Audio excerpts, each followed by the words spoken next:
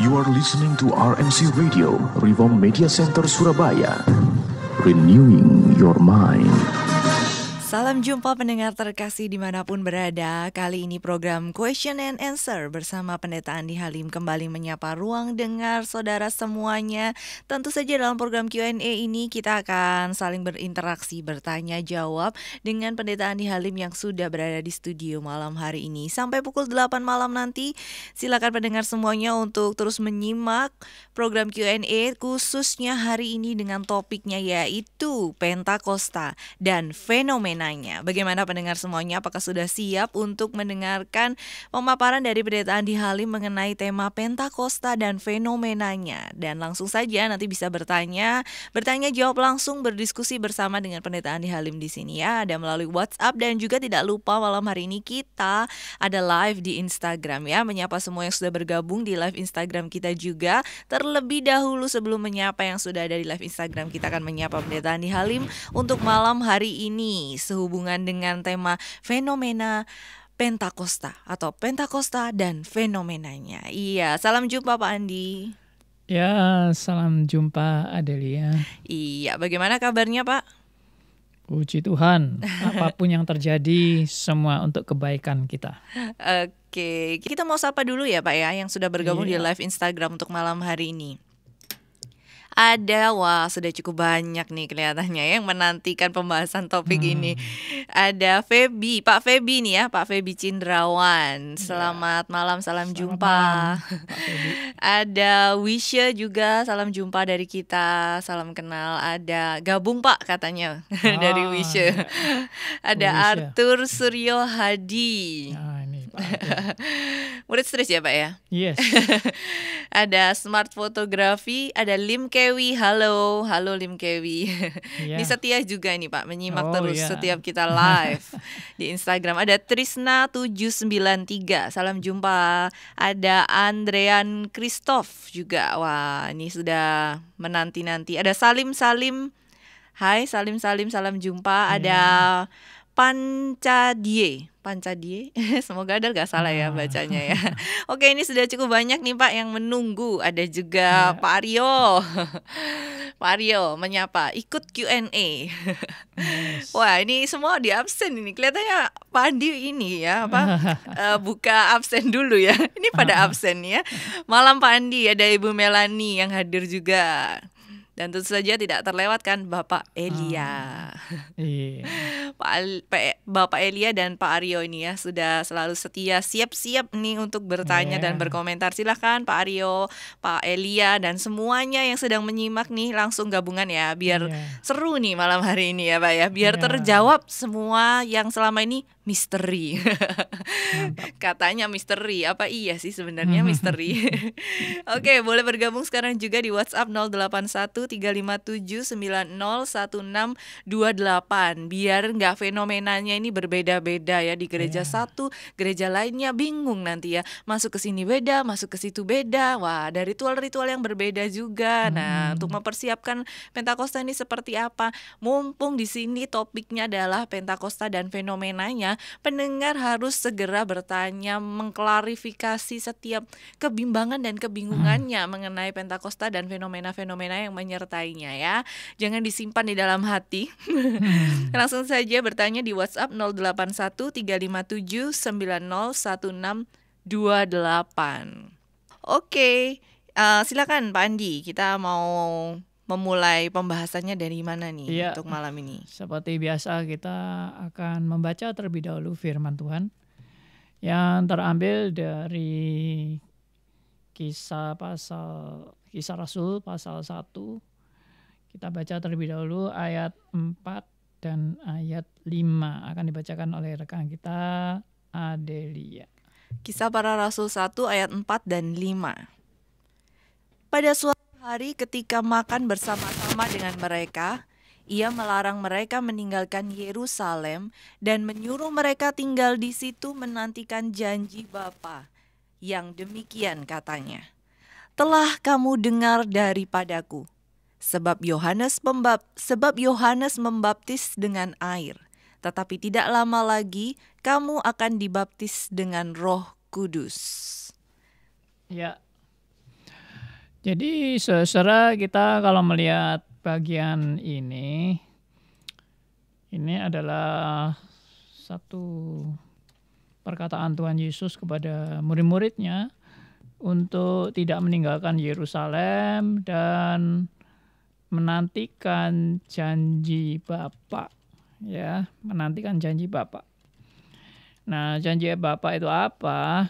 Ya, itu kita udah bahas ya, yang acara obrolan santai tentang janji Bapa ini.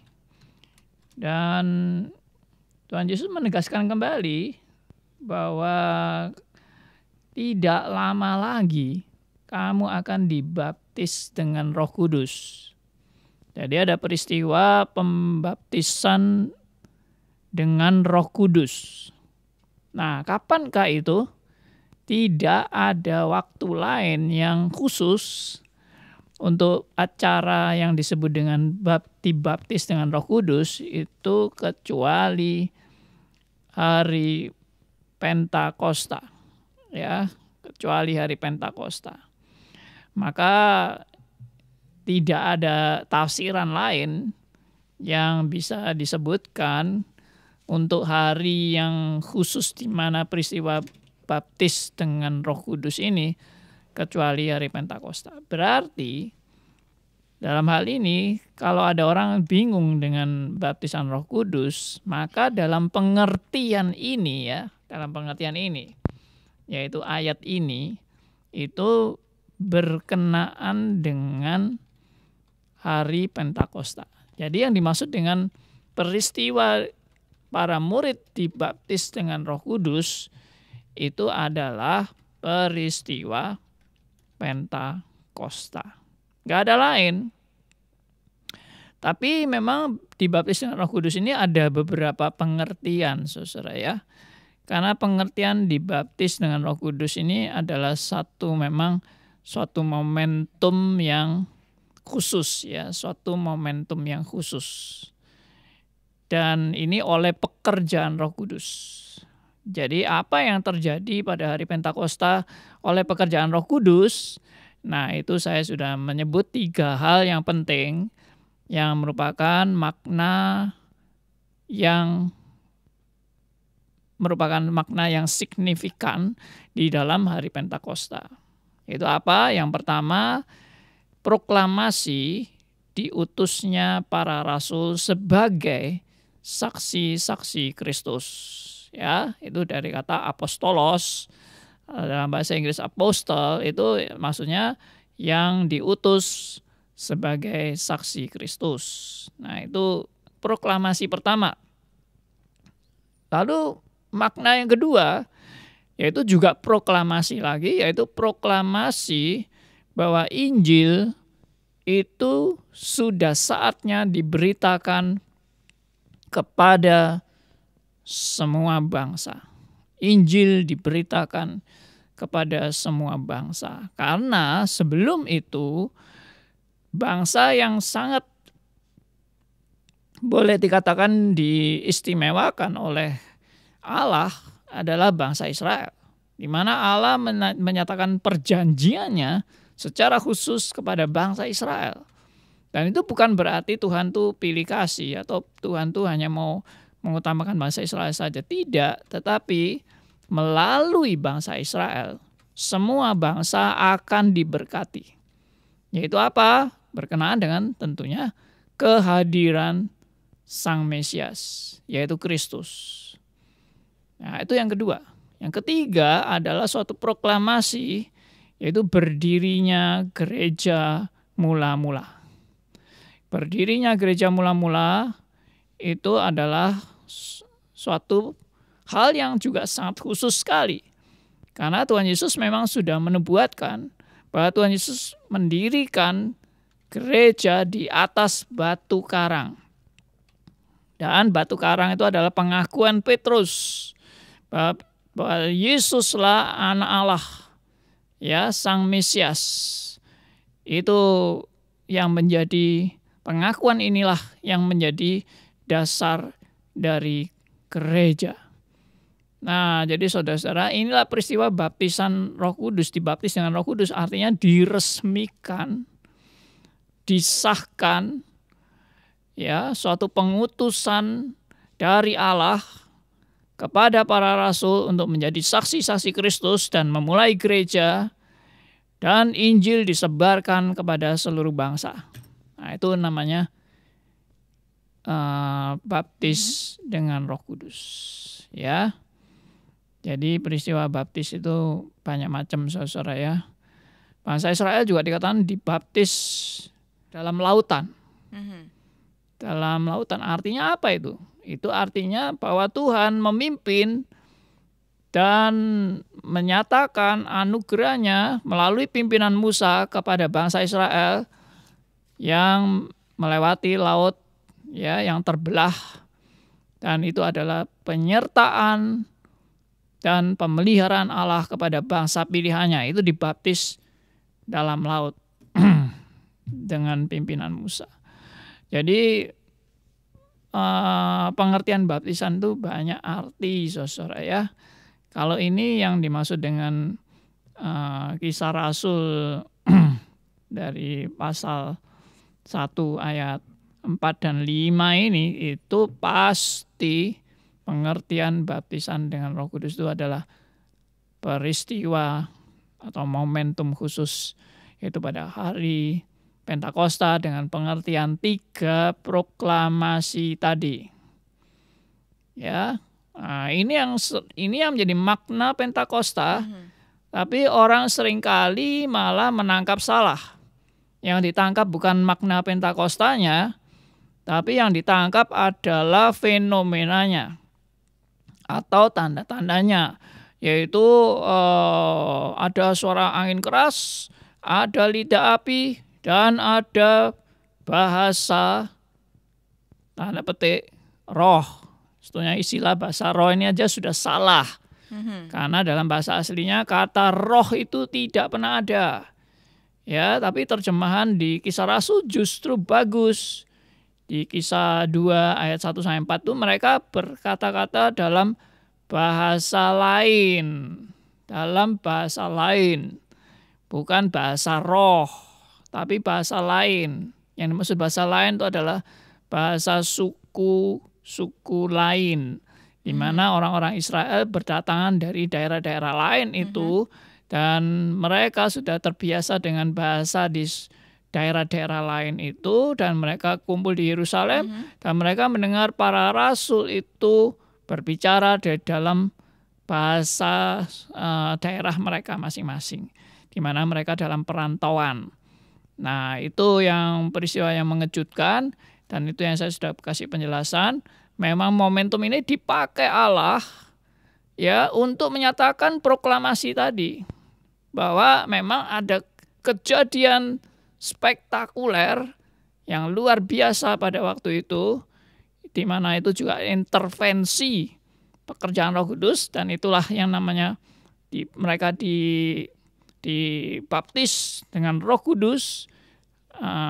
Mereka mengalami 3 peristiwa itu dengan tanda-tanda yang luar biasa, yaitu tanda-tandanya tadi angin keras, suara angin keras, lalu lidah api, ya, itu mengejutkan banyak orang, dan mereka bisa berbahasa-bahasa lain. Itu juga suatu yang sangat spektakuler, dan itu membuat semua orang tertarik. Dan semua orang mau mendengar apa yang sedang terjadi. Dan waktu itu Rasul Petrus oleh pimpinan Roh Kudus berkhotbah di hadapan ribuan orang pada waktu itu. Dan inti daripada khotbah Rasul Petrus adalah mengutip nubuatan Nabi Yoel tentang roh Allah yang dicurahkan kepada semua orang. Artinya Roh Kudus ini tidak lagi hanya kepada bangsa Yahudi, tapi kepada seluruh bangsa. Nah, itu pernyataan daripada Rasul Petrus. Dan yang kedua, Rasul Petrus dalam khotbah itu mau menyatakan, Yesus yang kamu salibkan, itu adalah benar-benar ya utusan daripada Allah. Benar-benar dia juru selamat yang sejati, menebus, mau mati, berkorban, menebus dosa orang-orang yang berdosa. Sehingga waktu Petrus selesai khotbah dengan kuasa Roh Kudus, lalu orang-orang itu menyesali dosanya dan bertanya, apa yang harus kami perbuat? Petrus bilang, hendaklah kamu dibaptis, ya, bertobatlah dan memberi dirimu dibaptis dan menerima Yesus sebagai Tuhan dan Juru Selamat. Dan akhirnya 3.000 orang laki-laki, belum termasuk perempuan, mereka bertobat dan memberi diri dibaptis. Itulah peristiwa momentum Pentakosta yang luar biasa, dan itu hanya terjadi satu kali dan tidak perlu diulang kembali. Nah, banyak kesalahan yang terjadi pada beberapa orang yang menafsirkan bahwa Pentakosta ini harus dialami kembali. Ya, saya pernah mengamati ya gereja-gereja tertentu pada hari Pentakosta. Mereka mengadakan doa puasa dan mereka minta Roh Kudus dicurahkan kembali kepada mereka, ya, supaya terulang kembali hari Pentakosta itu di gereja tersebut. Aduh, saya merasa kasihan ya. Kenapa harus minta Pentakosta diulang kembali? Pentakosta itu satu kali untuk selamanya. Ya, karena itu suatu proklamasi. Sekali lagi saya ulang, 3 hal tadi, yaitu para rasul diutus oleh Allah secara resmi menjadi saksi Kristus. Yang kedua adalah Injil diberitakan kepada semua bangsa, bukan lagi kepada bangsa Yahudi saja. Yang ketiga, berdirinya gereja mula-mula, dan itu 3 hal ini diteruskan sampai hari ini. Diteruskan, jadi tidak perlu diulang, memang diteruskan. Misinya diteruskan, yaitu saudara dan saya sekarang menjadi saksi bagi Kristus, meneruskan tongkat estafet dari para rasul. Sekarang Injil diberitakan kepada semua bangsa. Saudara dan saya juga terus melaksanakan misi pekabaran Injil kepada semua bangsa. Yang ketiga, berdirinya gereja mula-mula, yaitu gereja yang didirikan oleh Tuhan Yesus, tidak akan ditelan oleh maut. Ya, dan akan terus disertai sampai hari ini. Gereja Tuhan terus dipelihara dalam pemeliharaan yang begitu sempurna, yaitu munculnya orang-orang yang terus bertobat dan orang-orang yang dibaptis, orang yang menyatakan pengakuan imannya dan kembali kepada kebenaran yang sejati sampai hari ini, dan itu diteruskan. Jadi proklamasi ini satu kali akan berlangsung terus sampai Tuhan Yesus datang kedua kalinya. Nah, ini biarlah pendahuluan ini menjadi satu hal yang merefresh kita untuk kita mau Q&A, tanya jawab. Iya, ini ya yang mungkin selama ini tidak kita pahami atau belum kita pahami tentang proklamasi ini ya Pak ya. Proklamasi itu kalau di siaran yang sebelumnya Pak Andi menyatakan ya namanya proklamasi itu satu kali begitu ya Pak ya. Seperti proklamasi kemerdekaan itu tidak mungkin diulang, tapi itu adalah sebuah pernyataan, sebuah tanda, dan kemudian kita harus melanjutkannya, tetap mengerjakannya. Kemerdekaan yang terus kita alami dan kita miliki saat ini, kita terus mengerjakannya dan kita mengingatnya, memperingatinya. Seperti Pentakosta pun juga kita memperingatinya begitu. Nah, silahkan nih ya, ini Pak Andi baru pembukaan aja kelihatannya. Memancing untuk pendengar semuanya boleh ikut bertanya malam hari ini, bisa melalui WhatsApp 081 357 901628 081 357 901628. Silakan langsung nih mengirimkan pertanyaannya sebanyak mungkin. Kayaknya Pak Andi makin banyak pertanyaan juga makin semangat ini pastinya.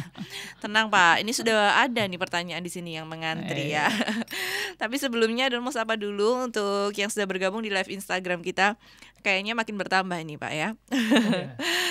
Makin ramai di sini, kita senang nih ya kalau banyak juga yang bergabung di live Instagram kita. Ada Kim Hok.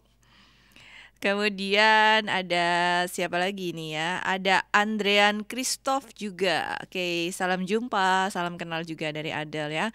Ada NN Raharjo. Selamat malam, salam jumpa. Kemudian Kim Hok nih Pak, katanya saya ikut di radio aja. Boleh ya. Silakan bebas mau ikut di mana-mana boleh, di website juga bisa ya.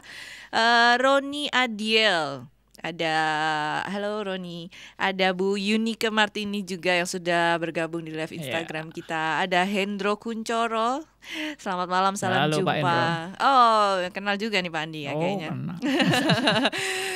Saya yang kurang mengenal ya. Ada Mehwa 7266. Oke, salam jumpa juga dari kita di studio. Selamat menyimak ya sampai nanti jam 8 malam.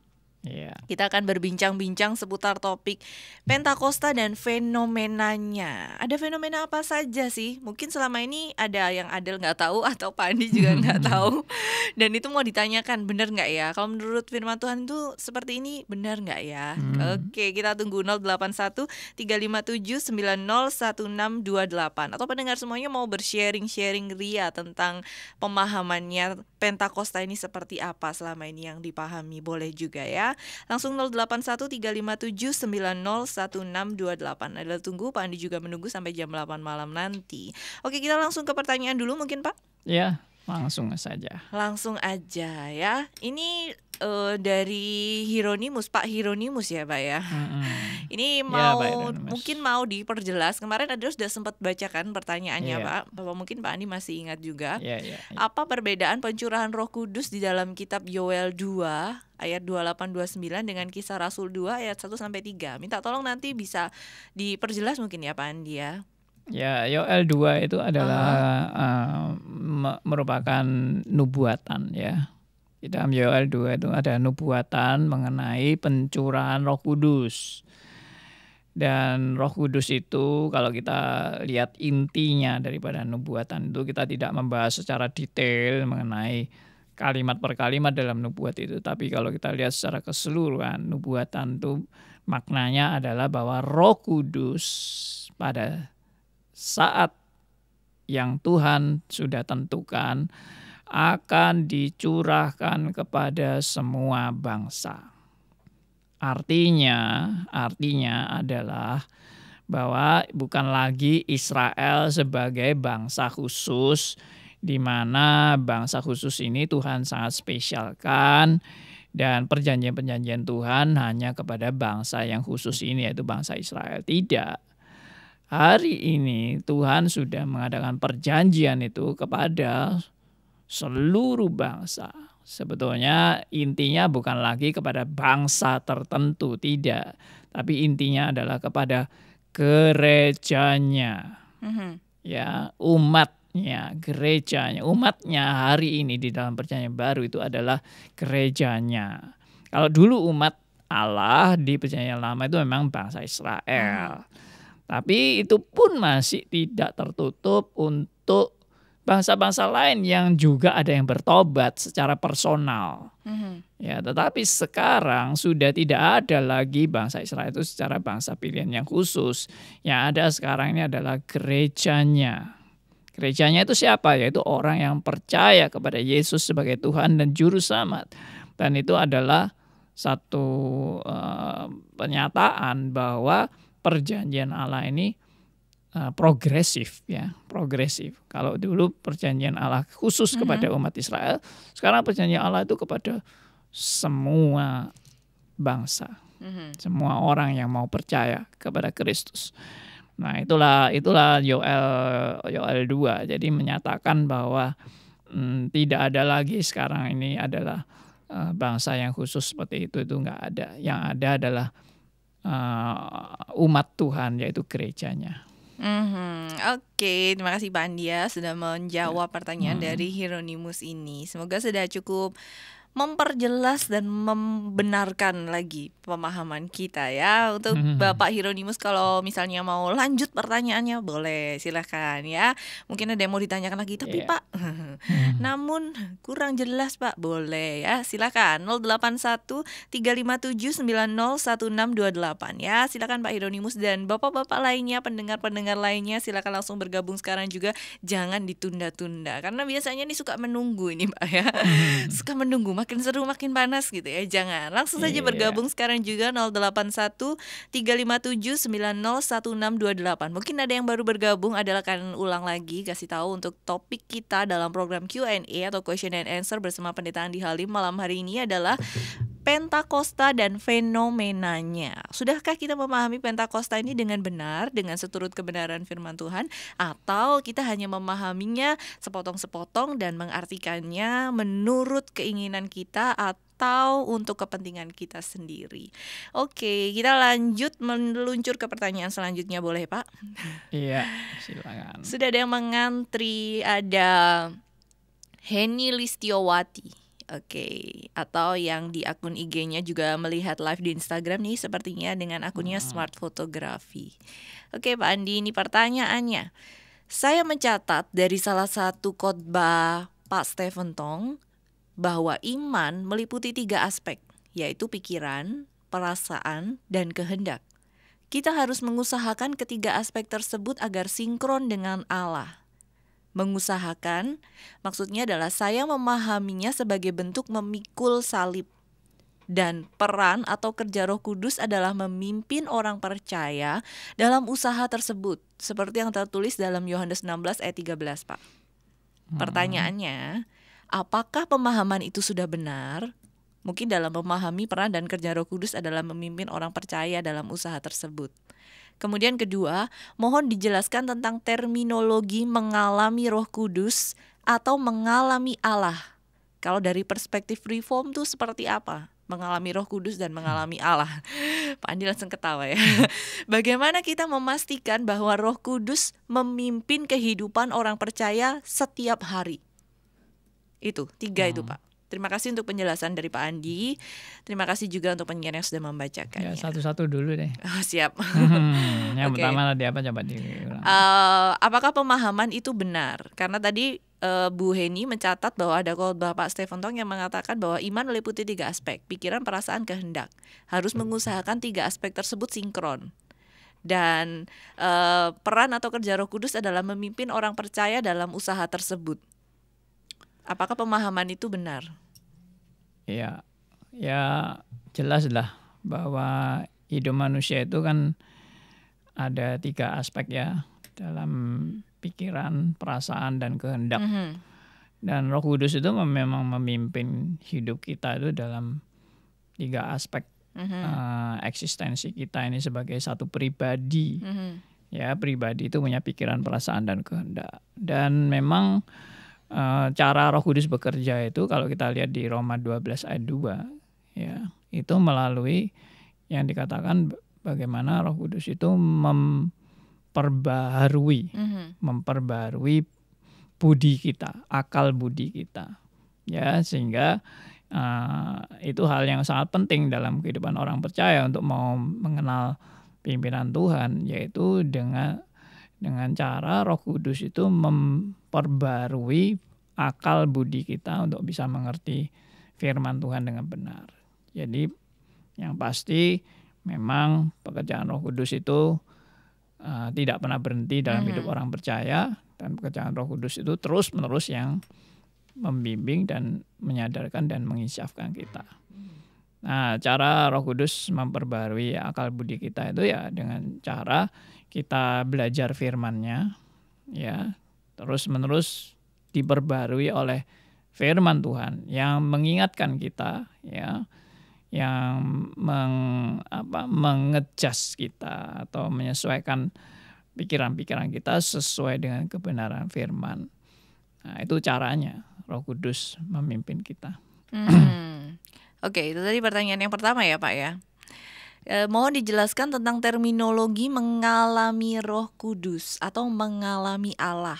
kalau dari perspektif reform itu seperti apa definisi dari mengalami Roh Kudus atau mengalami Ya Allah? itu tadi berkenaan dengan pimpinan Roh Kudus dalam pembaruan budi kita. Jadi misalnya contohnya kita itu diinsyafkan akan satu kebenaran Allah Tritunggal misalnya. Nah itu adalah kita sudah mengalami pimpinan Roh Kudus dalam hidup kita. Karena kita dicelikan, kita disadarkan, kita diinsyafkan akan kebenaran tentang Allah Tritunggal. Dulu saya ngertinya salah tentang Allah Tritunggal. Misalnya saya itu dulu pengikutnya Sabellianisme atau modalisme, di mana Allah itu hanya 3 fungsi saja. Allah itu satu pribadi 3 fungsi. Tapi setelah Tuhan menyadarkan dan menginsyafkan saya baru sadar sesuai dengan firman Tuhan bahwa Allah itu bukan 3 fungsi, tapi Allah itu 3 pribadi. Nah ini cara Roh Kudus untuk menyadarkan dan menginsyafkan kita, dan itu namanya ya mengalami hidup bersama dengan Roh Kudus. Gitu. Bagaimana kita ditegur, diinsyafkan, dan di adjust tadi, saya pakai istilah adjust ini ya, untuk hidup makin hari makin berjalan sesuai dengan kebenaran firman. Itu definisinya ya Pak ya, Ya. mengalami hidup yang dipimpin oleh Roh Kudus. Karena biasanya mungkin nih ya, mungkin kata-kata mengalami Roh Kudus itu seperti identik dengan satu peristiwa yang tiba-tiba Gemetar-gemetar. Iya, itu sih Pak biasanya. Kalau kita mendengar istilah mengalami Roh Kudus tuh kayak sesuatu Iya, yang gemetar-gemetar, mistis gitu. kejang-kejang. Seperti sesuatu yang Lalu- momen itu terus tiba-tiba bisa hilang gitu Pak. Hanya Lalu sesaat. berkata-kata dengan kata-kata yang tidak terkendali ya, lalu muntah-muntah, lalu kejang-kejang dan sebagainya. Nah itu sebetulnya itu bukan gejala dipimpin Roh Kudus, itu gejala ya seperti orang yang kalau tidak terkendali itu pasti sebetulnya Roh Kudus tidak pernah pakai cara seperti itu. Ya Roh Kudus itu kalau kita lihat satu hal yang penting dalam buah Roh Kudus itu adalah penguasaan diri. Jadi kalau orang katanya kena Roh Kudus lalu tidak bisa menguasai dirinya, yaitu tadi kejang-kejang sampai geletak-geletak sampai ngeblak-ngeblak begitu, itu namanya sudah tidak bisa menguasai diri lagi, dan itu pasti bukan Roh Kudus. Saya yakin 100% orang yang katanya dipenuhi Roh Kudus tapi tidak bisa mengendalikan dirinya lagi, itu sudah bukan Roh Kudus. Itu mirip seperti orang kesurupan. Orang kesurupan itu tidak bisa mengendalikan dirinya lagi, karena dia sudah sepenuhnya dikontrol oleh iblis, ya, sehingga dia tidak bisa lagi menguasai dirinya. Tetapi kalau Roh Kudus bekerja tidak pernah men-skors kesadaran kita. Roh Kudus justru memimpin kita dengan menyadarkan kita, bukan membuat kita tidak sadar, tapi malah menyadarkan kita dan menginsyafkan kita. Dan pribadi kita tidak hilang.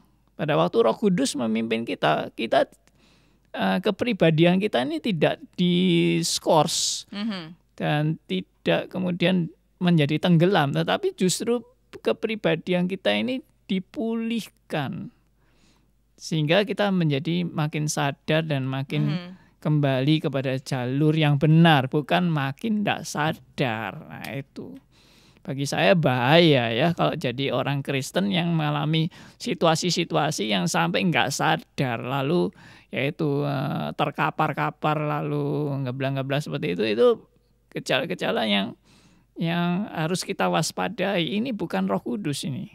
Coba kita lihat di Alkitab, adakah orang dipimpin Roh Kudus lalu ngeblak-ngeblak itu, lalu menjadi nggak sadar, lalu tidak terkontrol, lalu melakukan apapun menjadi ngaco-ngaco? Nah itu tidak pernah seperti itu. Oke, ini langsung ada yang merespon ini ya di live Instagram kita. Sebelum membacakan komentar yang sudah masuk, sapa dulu. Ini ada yang baru bergabung, ada Yusak Wibisono. Oke, salam jumpa. Ada Lindawati 3022, ada Hendro Kuncoro ya. Hello, ada Samuel Utama juga. Ini Hendro Kuncoro berkomentar, Pak. Saya rasa karena ada kata roh ini, bagi kita orang timur dianggap sama dengan dunia roh kayak kesurupan. Ini komentarnya ya, karena ada kata roh ini, jadi beda tipis antara mengalami tadi itu identik seperti kesurupan, malahan definisi kita ya sebagai manusia ini. Ya itu tadi yang saya sebut Aha. bahwa justru kata roh itu nggak ada malahan ya. Dalam bahasa aslinya itu bahasa roh itu, kata roh itu nggak ada. Yang ada itu cuma bahasa, berbahasa lain ya. Ada yang menerjemahkan bahasa lidah, tapi itu pun memang dari kata tongues ya, itu diterjemahkan dalam bahasa Inggris tongues. Itu artinya lidah, tapi sebetulnya tongues itu secara linguistik dalam bahasa Inggris itu artinya berbahasa. Ya, itu tongues. Oke, kita sudah selesai menjawab tadi pertanyaan dari Ibu Heni. Oh, yang ketiga Pak, belum. Bagaimana kita memastikan bahwa Roh Kudus memimpin kehidupan orang percaya setiap hari? Memastikannya itu gimana Pak? Ya, memastikannya itu kalau kita memang anak Tuhan. Saya percaya setiap anak Tuhan yang sejati ini ya, yang sudah menerima Yesus sebagai Tuhan dan Juru Selamat, yang sudah bertobat, mengalami kelahiran baru, pasti hidupnya dipimpin Roh Kudus. Ya, jatuh bangun pun dipimpin Roh Kudus. Ya, mengalami apapun dalam hidupnya dia sedang dipimpin oleh Roh Kudus. Kalau dia lagi nakal, lagi bandel, melawan atau mendukakan Roh Kudus, Roh Kudus pun akan menghajar dia untuk dia kembali kepada jalan Tuhan. Oke, itu ya. Nah, itu maksudnya pimpinan Roh Kudus. Artinya Roh Kudus itu tidak pernah sedetik pun membiarkan saudara dan saya lepas lalu menuju pada kebinasaan. Itu tidak mungkin. Kalau saudara dan saya adalah anak Tuhan yang benar. Ya. Itu ya, memastikannya ya kalau kita anak Tuhan gitu ya. Kalau tanya lagi bagaimana saya tahu anak Tuhan? Ya, pertanyaan saya kembali adalah apakah Anda sudah menerima Yesus sebagai Tuhan dan Juru Selamat pribadi dalam hidupmu? Apakah Anda sudah pernah mengalami pertobatan yang sejati? Nah, apakah Anda sudah mengalami kelahiran baru? Nah, itu yang bisa jawab kan yang mengalami sendiri. Saya jadi Kristen ini Kristen ikut-ikutan, Kristen KTP, atau Kristen yang benar-benar mengalami pembaruan pertobatan yang sejati oleh pekerjaan Roh Kudus. Gitu. Oke, terima kasih ya untuk Ibu Heni Listiowati. Kita akan lanjut ke pertanyaan selanjutnya, tapi Adel masih akan menyampaikan line untuk bergabung melalui WhatsApp di 081357901628. Bisa segera bergabung sekarang juga melalui WhatsApp, bisa chat untuk pertanyaannya 081357901628. Sampai jam 8 nanti udah setengah perjalanan ini dari siaran kita Q&A malam hari ini. Jadi yang mau bertanya langsung kirimkan pertanyaannya sekarang juga ya, biar nanti nggak terlambat. Oke, sudah ada yang mengantri di sini, ada langsung bacakan dari Abednego, Pak. Mohon bertanya, apakah dengan demikian bisa dibenarkan bila beberapa gereja tertentu mengadakan kebaktian peringatan Pentakosta? Dalam artian memperingati Pentakosta seperti memperingati Natal. Gimana Pak? Dari Abednego. Kalau memperingati itu saya sangat mendukung. Kita harus memperingati. Hari-hari raya orang Kristen harus kita peringati. Natal ya toh, lalu hari Pentakosta, hari Paskah, Jumat Agung, ya, kenaikan Tuhan Yesus. Nah, itu kita harus peringati semua. Dan spirit memperingati adalah kita menangkap maksud dari dan makna daripada hari khusus itu. Jadi seperti hari Pentakosta itu kita menangkap maksudnya. Hari Pentakosta itu apa? Proklamasi 3 hal tadi. Dan saya berkomitmen hari ini untuk meneruskan perjuangan proklamasi. Sama seperti kita memperingati proklamasi Indonesia. Ya, kenapa kita memperingati proklamasi Indonesia? Ya, seharusnya kita menangkap maksud perjuangan para pahlawan dan meneruskan perjuangan para pahlawan itu untuk zaman kita sekarang. Ya toh, contohnya ya bagaimana meneruskan perjuangan para pahlawan? Ya jangan korupsi lah misalnya begitu. Lalu bayar pajak yang benar ya toh, lalu kita menegakkan kebenaran, keadilan ya toh.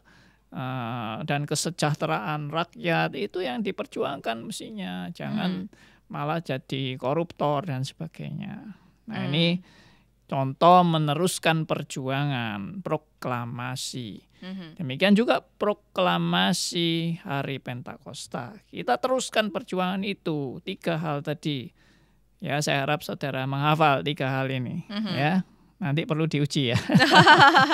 Ujian di akhir siaran. 3 hal yang sangat berarti dan bermakna pada hari Pentakosta. Bukan 3 tanda-tanda. Kalau 3 tanda-tanda itu justru tidak perlu Anda ribut dengan tanda-tandanya. Yaitu tanda misalnya angin ribut, lidah api, bahasa-bahasa lain itu hanya tanda. Sekali lagi, Anda bukan mencari tanda, tapi Anda mencari makna di balik tanda. Berita di balik tanda. Itu yang seharusnya saudara dan saya perjuangkan, bukan mencari fenomenanya. Ya, Oke, kita lanjut Pak ya. Udah selesai dari Abednego tadi yang bertanya tentang peringatan. Oh iya, harus diperingati ya, dan diteruskan kata-kata selanjutnya. Menyapa dulu, ada yang bergabung di live Instagram, ada Stevens. Salam jumpa untuk kita, selamat menyimak program Q&A ini. Dan kemudian dari Yusak Wibisono ini memberikan pertanyaan yang langsung ada gabung juga sama pertanyaan dari Pak Hieronymus ya, karena pertanyaannya sama. Bagaimana dengan adanya pengajaran Pentakosta ketiga? Apakah sesuai dengan Alkitab? Demikian juga ini pertanyaan lanjutan nih Pak dari Pak Hieronymus tadi ya. Bagaimana tanggapan Pak Andi terhadap pengajaran Pentakosta ketiga? Terima kasih. Jadi sama seperti yang tadi saya paparkan ya. Jadi sebetulnya Pentakosta yang asli, ini Pentakosta asli, yaitu pada hari Raya Pentakosta, pada saat para rasul itu mendapat tanda-tanda yang spektakuler itu adalah hanya terjadi 1 kali untuk selamanya.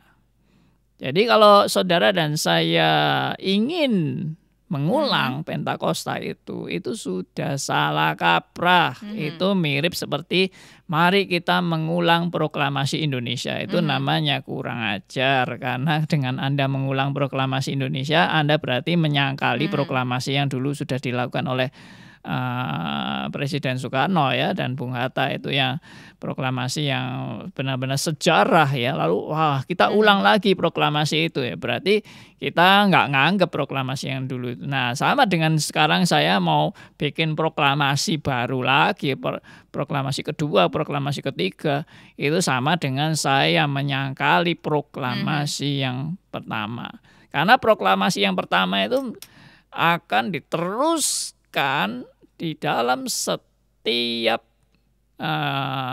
sejarah kekristenan. Dalam setiap zaman sejarah kekristenan itu proklamasi itu diteruskan terus.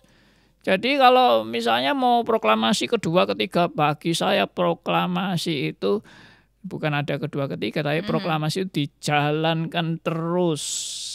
Sampai hari ini dijalankan terus. Tidak ada proklamasi itu berhenti.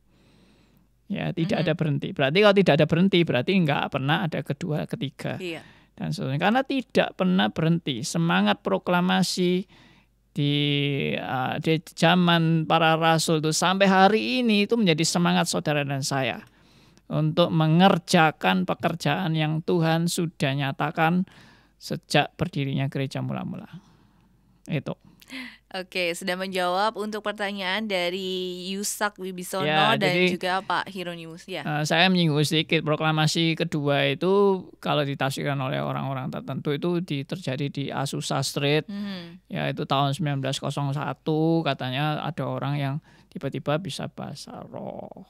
Lalu Pentakosta ketiga itu adalah terjadi sekarang ini, zaman ini. COVID-19, di mana Roh Kudus akan dicurahkan kembali dan akan membunuh COVID-19. Ya, menurut saya sih tidak perlu itu ya. Karena apa? Karena kita ini semua sedang menjalankan proklamasi dari yang pertama. Proklamasi dari zaman para rasul sampai hari ini tidak pernah berhenti. Ya, jadi tidak usah bikin proklamasi baru lagi, itu tambah menyesatkan. Iya, oke. Semakin seru saja nih pembahasan kita dalam Q&A, question and answer bersama Pendeta Andi Halim dengan topik Pentakosta dan fenomenanya. Sudah banyak pertanyaan yang mengantri di sini. harap menunggu sejenak. Ada Pak Produs Pardede, ada juga Bu Melani, pertanyaannya sudah masuk Pak. Ada Bapak Elia juga, ini sudah mengantri semua pertanyaannya, harap sabar. Bagaimana Pak Andi, masih siap ya untuk menjawab pertanyaan-pertanyaan? Ya. Dari dari Tani Stanto ini ya, di live Instagram, malam Pak Andi, bagaimana bisa bedakan antara kesurupan dan pura-pura seperti orang kesurupan? Terima kasih. Gimana? Kesurupan dan pura-pura kesurupan. Ini temanya nanti kayak berubah. Kesurupan ini jadinya. Ya, kalau ini dari teman-teman yang pernah kita saling sharing ya, pengalaman menghadapi orang kesurupan. Orang yang benar-benar kesurupan tuh orang yang memang punya kekuatan lebih daripada manusia normal. Ya, dan dia benar-benar tidak terkendali sehingga syaraf-syaraf dia itu memang benar-benar tidak bisa terkontrol.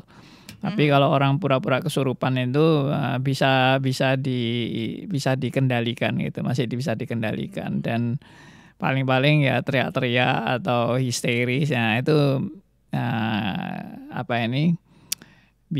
tetap bisa tapi kalau orang benar-benar kesurupan itu memang ya itu tadi, jadi nggak normal, suaranya bisa berubah dari suara laki-laki jadi suara perempuan itu, atau suara perempuan jadi laki-laki dan sebagainya. Oke, lanjutin ya, dari Pak Produs Pardede ini Pak. Hidup saya sekarang dipimpin Roh Kudus, tapi pengetahuan firman saya minim, bisa nggak sih Pak? Tetap bisa dipimpin atau enggak gitu mungkin maksudnya? Oh ya, itu tadi. Jadi saya kembali kepada prinsip semula ya, bahwa Roh Kudus itu kan memimpin kita dalam sepanjang kehidupan kita sebagai anak-anak Tuhan. Jadi kalau kita benar-benar anak Tuhan, saya percaya bahwa setiap anak Tuhan itu pasti dipimpin oleh Roh Kudus.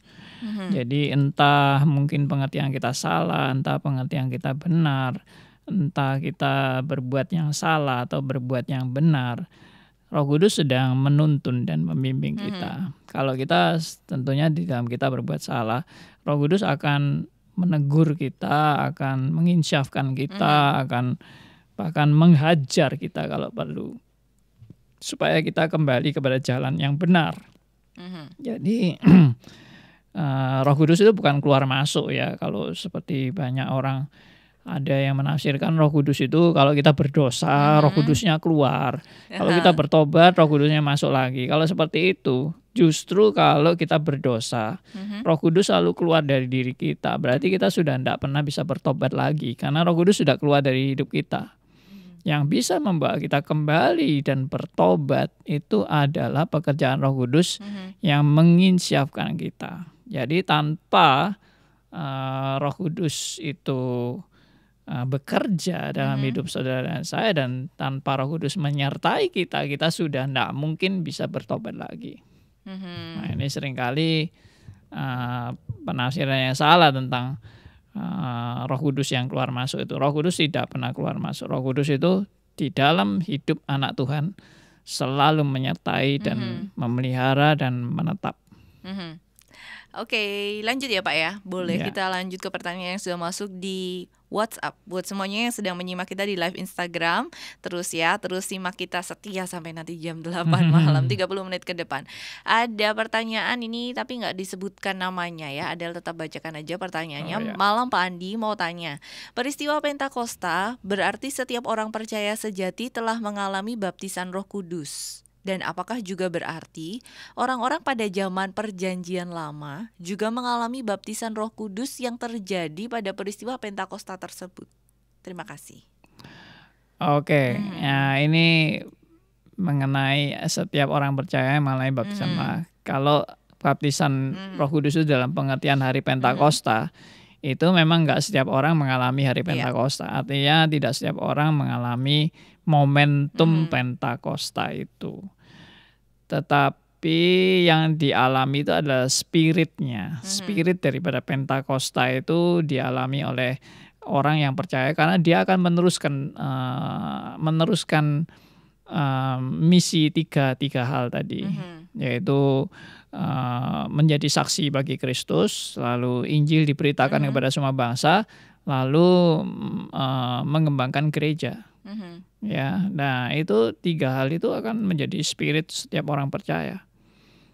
Tapi kalau dikatakan apakah setiap orang Kristen mengalami baptisan Roh Kudus? Kalau dalam pengertian, nah ini baptisan Roh Kudus ini ada pengertian yang lain, yaitu pengertian di mana orang Kristen yang mati rohani, kemudian rohaninya dihidupkan sehingga dia mengalami kelahiran baru. Nah, born again ini itu identik dengan baptisan Roh Kudus.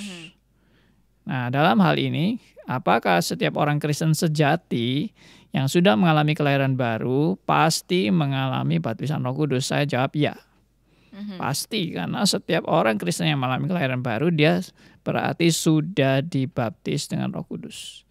Nah, ini agak berbeda pengertian baptisan Roh Kudus ini dengan baptisan Roh Kudus versi versi daripada second blessing. Ada ajaran yang disebut dengan second blessing. Bahwa blessing yang first blessing itu adalah keselamatan. Semua orang Kristen menerima anugerah keselamatan. Tapi yang second blessing tidak semua orang Kristen mengalami. Dan second blessing ini dianggap seperti yaitu baptisan Roh Kudus yang menyebabkan kita itu bisa mengalami kepenuhan Roh Kudus dan kemudian mengalami bahasa roh. Kemudian tiba-tiba bisa punya semacam tanda petik kemampuan-kemampuan spektakuler. Jadi bisa melakukan mujizat, bisa bahasa roh, bisa dapat penglihatan-penglihatan, nubuatan dan sebagainya. Nah, itu ditafsirkan seperti itu. Itulah namanya momentum kita mengalami baptisan Roh Kudus. Tapi itu sebetulnya tidak benar. Karena setiap orang Kristen yang sejati itu akan, tadi saya sudah tegaskan, dipimpin Roh Kudus. Ya, akan terus-menerus diperbaharui hidupnya oleh Roh Kudus. Ya, dia akan terus diinsyafkan untuk kembali kepada jalan yang benar. Jadi tidak ada namanya second blessing. Blessing dari Tuhan itu adalah satu kali blessing untuk anugerah keselamatan, dan blessing yang selanjutnya yaitu terus-menerus seluruh hidup itu merupakan blessing yang dari Tuhan. Seluruh hidup orang percaya adalah blessing daripada Tuhan. Jadi seperti tadi Pentakosta satu kali dan merupakan suatu keseluruhan ya dari sejarah gereja, itu merupakan meneruskan akan spirit daripada proklamasi Pentakosta. Demikian juga orang Kristen yang sekali dapat blessing anugerah keselamatan, maka seluruh hidupnya merupakan anugerah Allah yang memimpin dia terus-menerus untuk bertumbuh makin dewasa dalam Tuhan. Itu seluruhnya adalah merupakan blessing. Jadi tidak ada second blessing, third blessing, nanti ada fourth blessing ya toh. Nah, itu tidak ada seperti itu. Jadi saya menolak prinsip second blessing itu. Karena seluruh hidup orang percaya adalah blessing. Ya toh.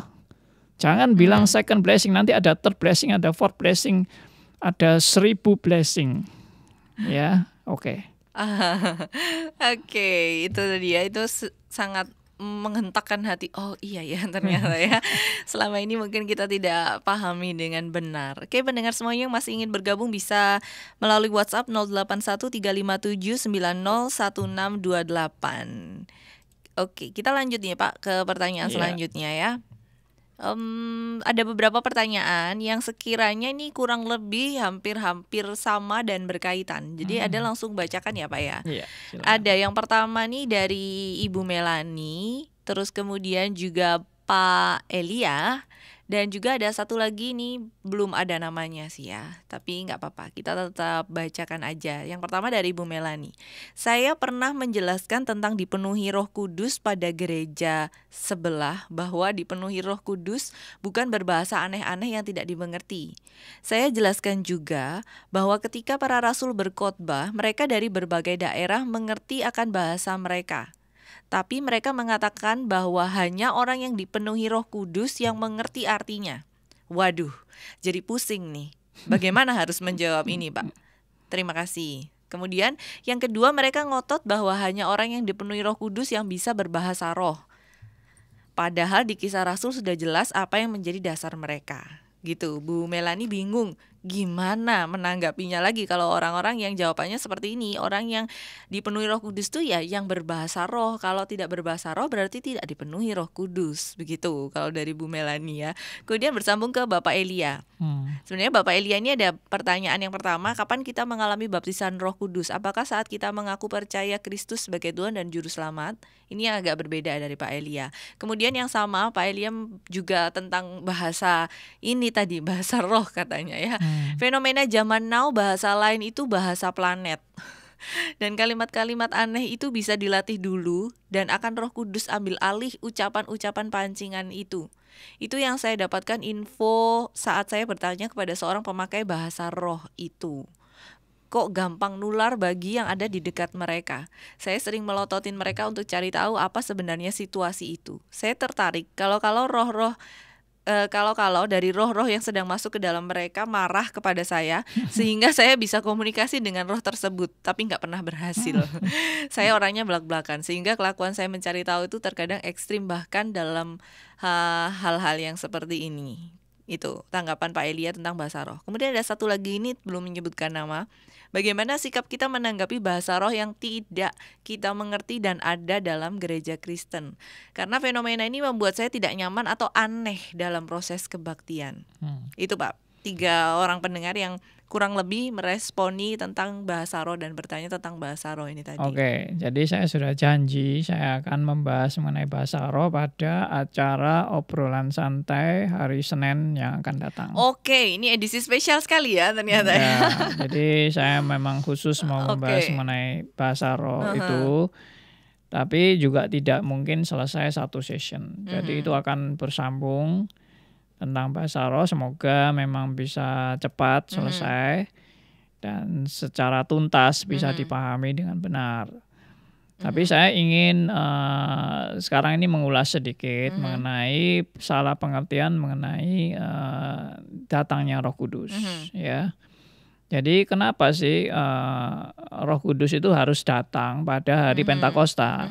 Nah, apakah Roh Kudus sebelum hari Pentakosta itu belum datang? Atau belum hadir, atau belum datang ke dunia? Apakah Roh Kudus baru datang pada hari Pentakosta? Nah, jawabannya pasti tidak. Tidak itu dalam arti Roh Kudus sebelum hari Pentakosta sudah datang dan sudah hadir dan sudah bekerja dan berkarya pada orang-orang percaya. Nah, kenapa saya berani mengatakan seperti ini? Karena Roh Kudus itu yang juga memimpin orang-orang bisa percaya pada Yesus. Itu juga pekerjaan Roh Kudus. Sebelum hari Pentakosta sudah ada orang-orang percaya. Ya.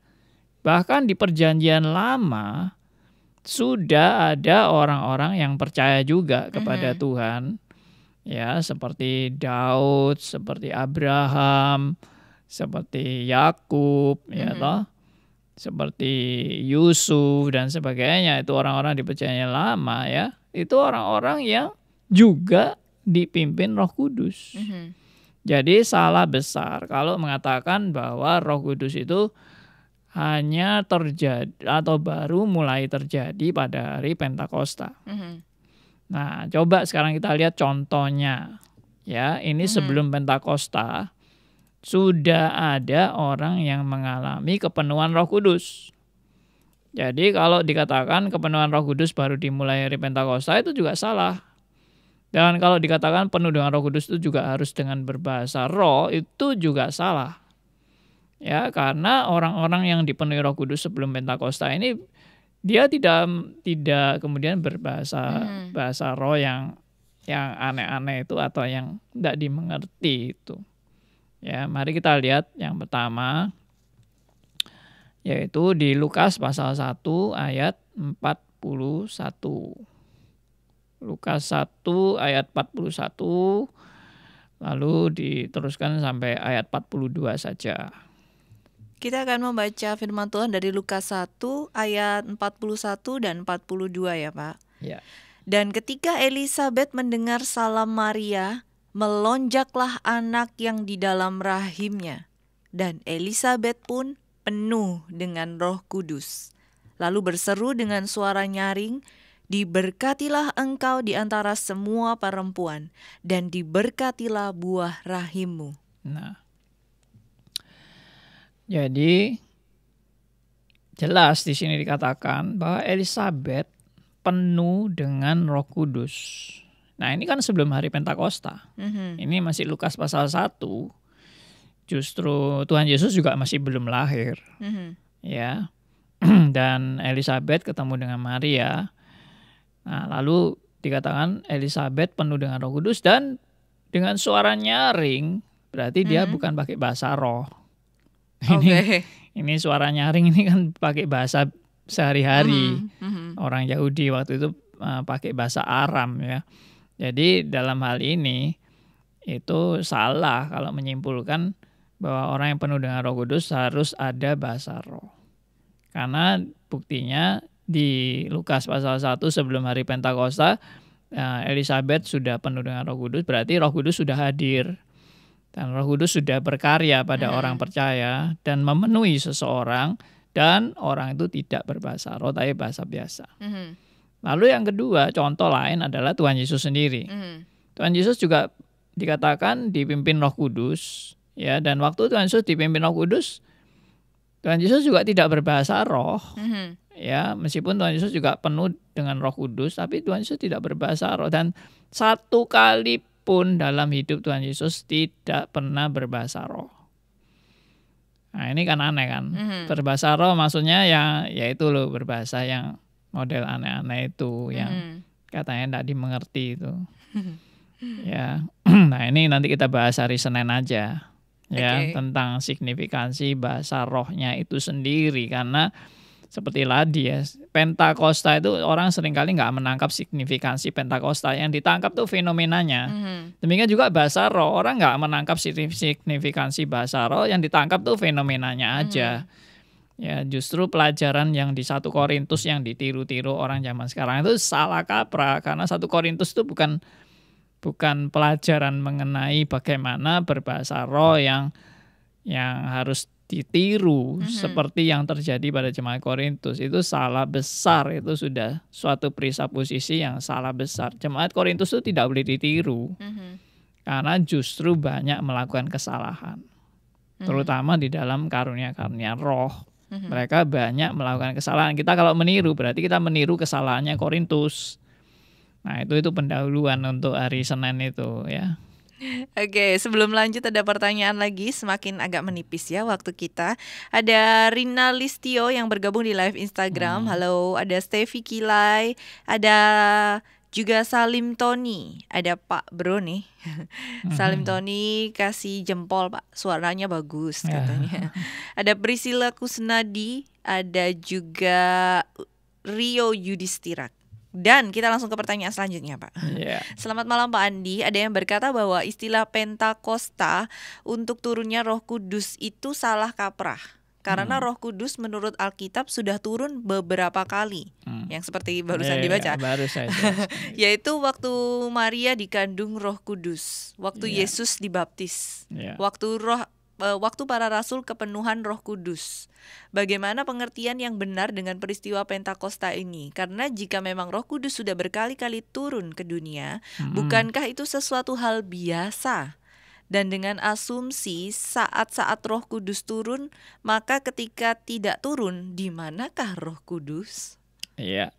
Jadi ini pertanyaan bagus sekali ya, dan memang inilah justru poinnya yang saya mau jelaskan. Jadi turunnya Roh Kudus ini bukan berarti Roh Kudus tadinya belum turun lalu baru turun. Ya, nanti beberapa kali setelah peristiwa ini Pentakosta, Roh Kudus juga dikatakan belum turun juga. Di tempat-tempat tertentu belum turun. Jadi yang dimaksud belum turun di sini atau Roh Kudus belum berkarya di sini adalah dalam rangka misi khusus di era Perjanjian Baru.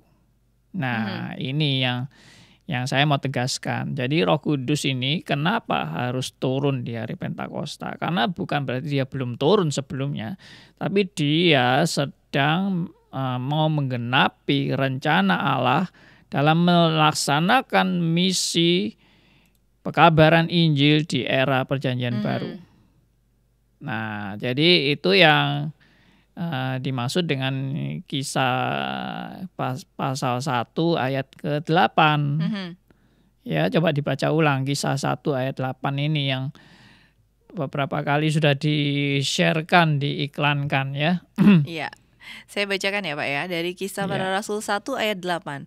Tetapi kamu akan menerima kuasa kalau Roh Kudus turun ke atas kamu, dan kamu akan menjadi saksiku di Yerusalem dan di seluruh Yudea dan Samaria dan sampai ke ujung bumi. Nah, ini kuncinya Roh Kudus turun pada hari Pentakosta, yaitu menyertai para rasul dan seluruh orang percaya di Perjanjian Baru untuk menjadi saksi bagi Kristus. Artinya dengan kata lain menyertai gerejanya sampai akhir zaman.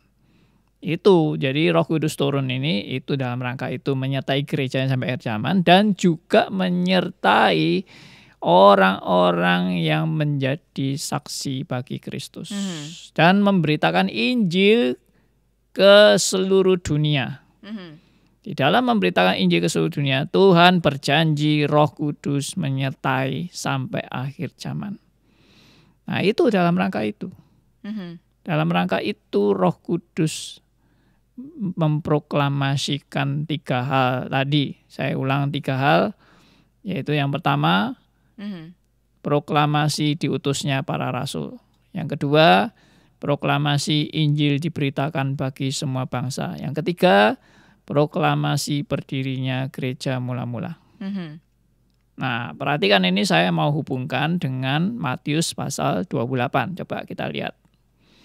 Ya, ini banyak orang yang juga kurang perhatian di sini di Matius pasal 28. Ya. Nah, kita lihat kan, ini juga utusan Kristus mengutus para murid-muridnya di ayat 19. Coba bisa dibacakan ayat 19 dan ayat 20. Matius 28 ayat 19 sampai 20. Karena itu pergilah, jadikanlah semua bangsa muridku dan baptislah mereka dalam nama Bapa dan Anak dan Roh Kudus. Dan ajarlah mereka melakukan segala sesuatu yang telah kuperintahkan kepadamu. Ya, berhenti sampai di situ. Perhatikan, pergilah, jadikanlah semua bangsa muridku, dan ajarlah mereka melakukan segala sesuatu yang kuperintahkan kepadamu. Jadi ini dalam rangka Kristus mengutus murid-muridnya untuk mengabarkan Injil, untuk menjadikan semua bangsa murid Kristus. Nah, perhatikan kalimat terakhir ini yang menjadi poinnya. Ya, kalimat terakhir coba dibacakan. Kalimat terakhir, dan ketahuilah aku menyertai kamu senantiasa sampai kepada akhir zaman. Nah, ini kuncinya. Aku menyertai kamu senantiasa sampai kepada akhir zaman. Tuhan menyertai dengan apa? Dengan mengutus Roh Kudus. Jadi Roh Kudus inilah yang menjadi jaminan di dalam memberitakan Injil. Kristus akan terus menyertai saudara dan saya. Nah, itulah sebetulnya makna proklamasi pada hari Pentakosta. Makanya tidak perlu Pentakosta kedua, tidak perlu Pentakosta ketiga, karena akan disertai sampai akhir zaman. Ini janji Tuhan. Oke, ini sebenarnya masih ada satu pertanyaan lagi nih di sekitar 5 menit terakhir ini. Dan juga ada Pak Elia tadi yang pertama itu Pak. Kapan kita mengalami baptisan Roh Kudus? Apakah saat kita mengaku percaya kepada Kristus sebagai Tuhan dan Juru Selamat? Nah, kalau saya tadi bilang kita mulai baptisan Roh Kudus itu kalau pengertian baptis yang baptizo, dan itu baptizo itu sama dengan diselam atau dikubur dan kemudian dibangkitkan. Kita itu mati bersama dengan Kristus dan bangkit bersama dengan Kristus. Nah, itu kita kita itu mengalami suatu peristiwa kelahiran baru. oleh pimpinan Roh Kudus. Jadi sebetulnya baptisan Roh Kudus itu adalah sama dengan born again, kelahiran kembali oleh pekerjaan Roh Kudus. Jadi itu peristiwa yang dialami oleh setiap orang percaya justru sebelum dia mengalami pertobatan. Karena kalau tanpa pertobatan dia buta rohani, dia mati rohani. Sebelum dia bertobat, Tuhan sudah membangkitkan dia dari mati rohani menjadi rohaninya yang dihidupkan sehingga dia sadar. Nah, ini nanti kalau ada kesempatan kita bahas lebih perinci lagi mengenai arti kelahiran baru, dan itu identik dengan baptisan roh. Oke, yang terakhir untuk malam hari ini ya Pak ya. Ya. Pertanyaan untuk Q&A, question and answer bersama Pendeta Andi Halim, Pentakosta dan fenomenanya. Pertanyaannya adalah, Pak Andi, apa maksud Kisah Para Rasul 2 ayat 17? Terima kasih. Ini belum disebutkan namanya juga. Coba dibaca. Oke. Kisah 2. Kisah Para Rasul 2 ayat 17. Saya bacakan ya Pak. Ya. Akan terjadi pada hari-hari terakhir, demikianlah firman Allah, bahwa aku akan mencurahkan rohku ke atas semua manusia. Maka anak-anakmu laki-laki dan perempuan akan bernubuat, dan teruna-terunamu akan mendapat penglihatan-penglihatan, dan orang-orangmu yang tua akan mendapat mimpi. Iya, oke. Jadi sekali lagi saya tegaskan tadi bahwa Yoel ini adalah nubuatan mengenai terjadinya pencurahan Roh Kudus, dan pencurahan Roh Kudus tidak lagi spesial buat orang Yahudi, tapi kepada semua orang. Nah, itu saya tekankan kalimat pertama tadi di ayat ke-17 ini, bahwa aku akan mencurahkan rohku ke atas semua manusia. Nah, ini mau menunjukkan apa? Roh Kudus sudah dicurahkan dan menjadi anugerah bagi semua bangsa. Tidak lagi bangsa Yahudi, tidak lagi bangsa yang khusus, tapi semua orang, segala bangsa bisa diselamatkan karena anugerah Allah. Itu poinnya. Jadi kita tidak usah terlalu mereteli, membahas sampai ayat per ayat dari Yoel ini, tapi intinya adalah itu Injil untuk semua bangsa. Karena memang ini Pentakosta ini adalah misi pekabaran Injil untuk semua bangsa. Oke, ini udah sedikit lagi waktunya. Mungkin Pak Andi bisa kasih kata-kata singkat untuk penutup kita dan menutup dalam doa. Ya, puji Tuhan saudara ya, ada Pentakosta. Puji Tuhan, para rasul sudah diproklamasikan oleh Allah sendiri. Para rasul itu diangkat, dipilih oleh Tuhan Yesus sendiri dan diproklamasikan oleh Allah sendiri. Dan ini adalah suatu proklamasi yang dimulai dari Allah dan akan disertai Allah sampai hari ini, disertai Allah dan sampai akhir zaman, yaitu Tuhan akan menjamin akan proklamasi ini akan terus berlangsung. Nah, puji Tuhan, terbukti hari ini gereja tidak punah dan Tuhan terus membangkitkan orang-orang percaya dan menjadi saksi bagi Kristus dan bagi kemuliaan nama Tuhan. Kita benar-benar bersyukur untuk anugerah ini. Dan sampai ketemu lagi di acara berikutnya. Ya, sudah dikasih bocoran tadi soalnya temanya ya. Sayang kalau dilewatkan ya, tentang bahasa roh. Yang kata Pak Edi tadi kayaknya bahasa planet gak tahu mana gitu ya, gak ngerti. Seru-seru, nanti dibahas lagi boleh ya Pak ya, pertanyaan yang seputar bahasa roh ini. Oke, kita tutup dulu dalam doa Pak. Bapa yang di surga, kami sungguh bersyukur dan berterima kasih karena anugerah-Mu. Dalam waktu yang singkat ini kami boleh belajar akan kebenaran daripada hari Pentakosta. Kami sungguh bersyukur karena Pentakosta bukan dicipta oleh manusia, bukan direkayasa oleh manusia, tapi ini adalah pekerjaan daripada Roh Allah sendiri yang memimpin gereja Tuhan dari awal sampai hari ini, bahkan sampai kedatangan Kristus yang kedua kali. Kami sungguh bersyukur atas jaminan dan pemeliharaan Tuhan, di mana Tuhan tidak pernah membuat gereja Tuhan menjadi punah, tetapi terus Tuhan pelihara dan Tuhan terus menyertai setiap anak-anak Tuhan. Kami biarlah mengerti juga arti panggilan hidup kami sebagai orang percaya, bukan untuk kepentingan bagi diri kami sendiri, tapi kami dipanggil untuk menjalankan misi kerajaan Allah. dan untuk kemuliaan bagi nama Tuhan. Terima kasih Tuhan, berkati seluruh pendengar radio RMC. Biarlah semuanya boleh terus giat dalam belajar firman Tuhan dan menerapkan dalam kehidupan sehari-hari, dan semua hanya karena anugerah Tuhan. Dalam nama Tuhan kami Yesus Kristus, Tuhan dan Juru Selamat kami yang hidup, kami berdoa. Amin. You are listening to RMC Radio, Reform Media Center Surabaya. Renewing your mind.